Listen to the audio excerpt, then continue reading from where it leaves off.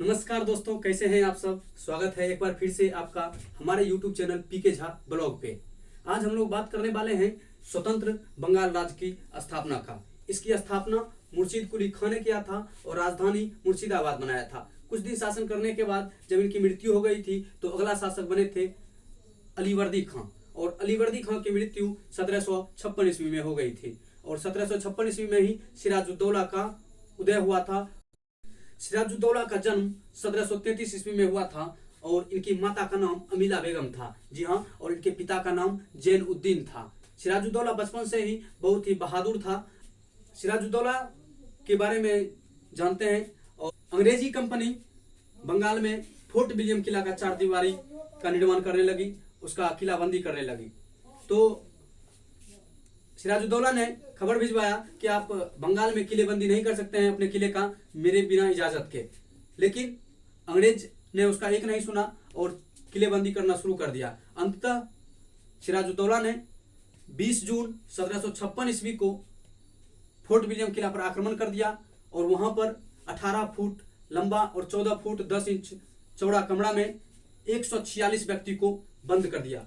अब जरा सोचिए कि एक छोटा सा कमरा, जी हाँ, और उसमें 146 लोग को बंद कर दिया गया। और ठीक 3 दिन के बाद 23 जून 1756 ईस्वी को जब कमरे को खोला गया तो उसमें से मात्र 23 आदमी जिंदा बचे। 146 आदमी में से 23 आदमी जिंदा बचे और उसी में एक आदमी था होलवेल। नाम याद रखिएगा, होलवेल नाम था उसका। और होलवेल जो है एक पत्रकार था, भारत में आया था पत्रकारिता करने के लिए, सीधा पहुंच गया ब्रिटेन की महारानी विक्टोरिया के पास कि बंगाल में एक शासक है, बहुत ही क्रूर शासक है जिसका नाम है सिराजुद्दौला। उसने हम लोगों का ऐसा हश्र किया कि 123 आदमी मर गए और हम किसी तरह से सांस ले लेकर जिंदा बचे हैं, बहुत ही मुश्किल से जीवित बचे हैं और आपके पास आए हैं। महारानी विक्टोरिया जो थी इस बात को सुनकर बहुत ही क्रोधित हो गई और उसके बाद उसने तुरंत मद्रास में बैठे अपने गवर्नर रॉबर्ट क्लाइव को फोन लगाया कि रॉबर्ट क्लाइव, आप जाओ बंगाल में देखो ये सिराजुद्दौला आखिर किस खेत की मूली का नाम है। रॉबर्ट क्लाइव जो थे भाई साहब, वो आते ही षड्यंत्र शुरू कर दिए और आते ही उन्होंने सबसे पहले अलीनगर की संधि किया।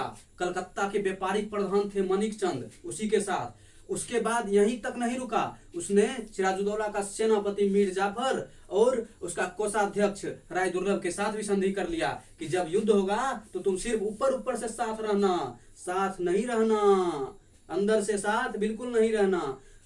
इसी तरह से उसने 1 साल जब बीत गया तो ठीक 1 साल के बाद 23 जून 1757, डेट याद रखिएगा, 23 जून 1757 को सिराजुद्दौला और रॉबर्ट क्लाइव के बीच प्लासी का युद्ध हुआ। जी हाँ, ऐतिहासिक प्लासी का युद्ध हुआ था। और उसमें ये जो मीर जाफर था किस तरह से गद्देदारी किया ये ध्यान से सुनिएगा।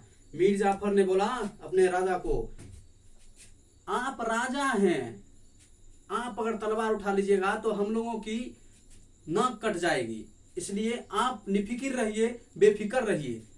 आप जो है जाइए राजमहल में आराम कीजिए, हम अभी कुछ ही देर में, कुछ ही घंटों में इनकी सेना को हराकर युद्ध जीत के आ रहे हैं। सिराजुद्दौला रास्ते में जा रहा था, रास्ते में ही मीर बहादुर नामक एक अफगान सेनापति जो था, अफगान व्यक्ति, उसने सिराजुद्दौला की हत्या कर दी और भेजा दिया उसको लोटा में।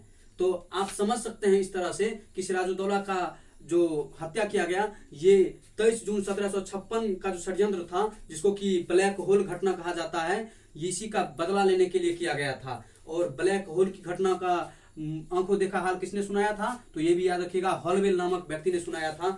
इस तरह से सिराजुद्दौला की मृत्यु के बाद अगला शासक जो था वो मीर जाफर बना था। बंगाल का अगला नवाब मीर जाफर बना था, लेकिन ये सिर्फ अंग्रेजों का कठपुतली था और ऐसा माना जाता है कि सिराजुद्दौला ही बंगाल का अंतिम नवाब था, या ऐसा कह सकते हैं कि पूरे भारत का एक तरह से अंतिम नवाब था, जिसके बाद अंग्रेजों का वर्चस्व पूरे भारत में अच्छी तरह से आ गया था। और इसी तरह से अंग्रेज जो है भारत में फूट डालो और राज करो की नीति अपनाते गए थे और सभी राजा जो थे उसको अपने अधिकार में करते गए और उसका राज्य को अपने अधिकार में करते गए। इस तरह से ईस्ट इंडिया कंपनी और अंग्रेज जो है भारत में शासन करने में सफल रहे थे। तो हम लेते हैं आपसे विदा इसी शब्दों के साथ और अगर आपको वीडियो अच्छा लगता है तो लाइक और कमेंट जरूर करें, और किस तरह से हम इसमें सुधार कर सकते हैं इसका सजेशन भी जरूर दें। एक और रिक्वेस्ट करना चाहूंगा मैं आप लोगों से कि अगला टॉपिक किस चीज का होना चाहिए, किस टॉपिक पे अगला वीडियो बनना चाहिए। ये धन्यवाद।